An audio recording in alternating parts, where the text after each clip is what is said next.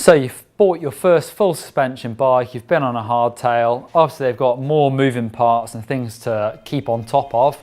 So here are 5 things to look out for on your first full suspension bike.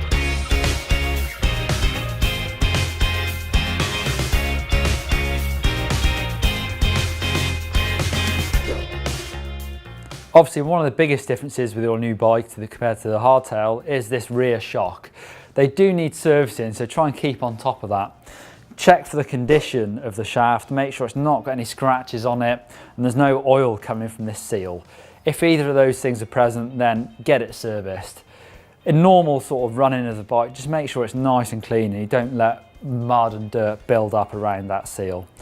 Shocks have bushes in the ends where they mount to the frame. They're like plastic sleeves that the bolt goes through and they move around when the suspension moves. So they do wear out. So to check those, a really easy way is just to hold the back wheel onto the floor and just pull up on your seat. There shouldn't be any movement or any knocking in there. Or just bounce the bike on the floor and put your finger on that bolt and on the shock. And again, you shouldn't feel any movements. There's one at the top and one at the bottom on this bike. They're nice and tight, which means the bike's going to feel nice.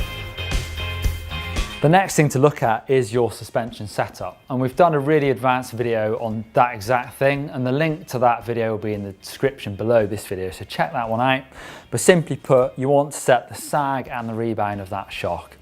To set the sag, I'll use the rubber ring that's on there and slide it all the way up so it touches on the shock's main body, and just lower myself onto the bike so all my weight is going through that rear wheel. And you're looking for about 30% sag. So you're gonna have to play around with the air pressure in your shock.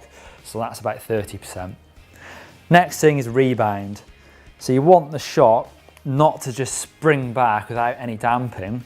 You want some control on that rebound. Too slow and it won't rebound in time, but too fast and the bike will be really kicky. So play around with that dial. On this bike, it's this red dial up on the shock. Clockwise, winding it in will slow that shock down. Anti-clockwise will speed it up. So just play around with that.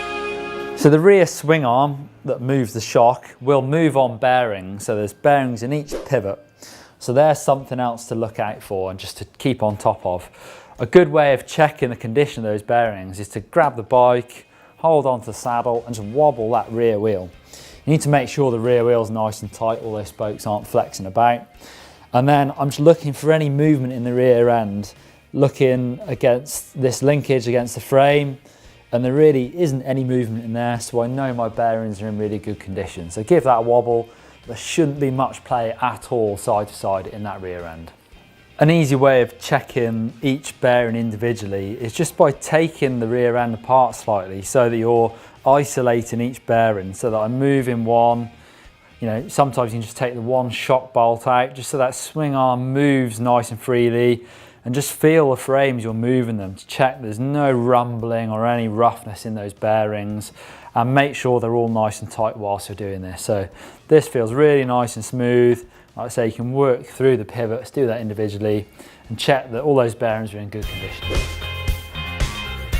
Something else to bear in mind with full suspension bikes is you may get a little bit of chain growth. By that I mean when the suspension is going down, that can sometimes pull the chain tighter, and it depends on the design of the rear suspension you have, but it's worth bearing that in mind. Obviously the hardtail, it's a fixed rear end, the chain won't grow at all, but just double check. I've let the air out of my shock and I'm just pushing down. With it in the lowest gear, I need to make sure that I still have enough chain that the chain doesn't go fully tight before I've bottomed out that rear shock. The same goes for cables and hoses. I've got a rear brake hose and my gear cable down there, and I need enough slack in those to allow for that rear suspension movement. And finally, a lot of shocks now have extra technology that are really going to help you out. This RockShox Monarch has got a lockout lever that goes from open to middle to firm, and the firmer you have it, the better that bike's going to pedal. It's not going to bob around quite so much, so that's really good if you're doing long climbs. You can whack it all the way up to locked. Sometimes you can have that mounted on the handlebars, so you don't have to reach down to do it. As well as that, my Canyon Strive has this shapeshifter technology that actually moves the geometry from steep which is good for riding uphill, to slack, which is much better for riding downhill. So there you go, there's 5 things to look out for when you buy your first full suspension bike. And if you found this video useful, give us a big thumbs up down below, that'd be great. And for more videos from GMBN, you can click up here for our suspension setup explain video, or click down here for how to descend like a pro, or click on me to subscribe to GMBN. So you've bought your first full suspension bike, you've been on a hardtail, obviously they've got more moving parts and things to keep on top of. So here are 5 things to look out for on your first full suspension bike.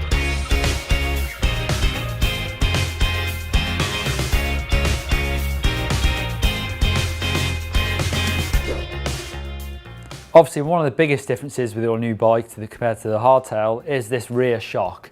They do need servicing, so try and keep on top of that. Check for the condition of the shaft.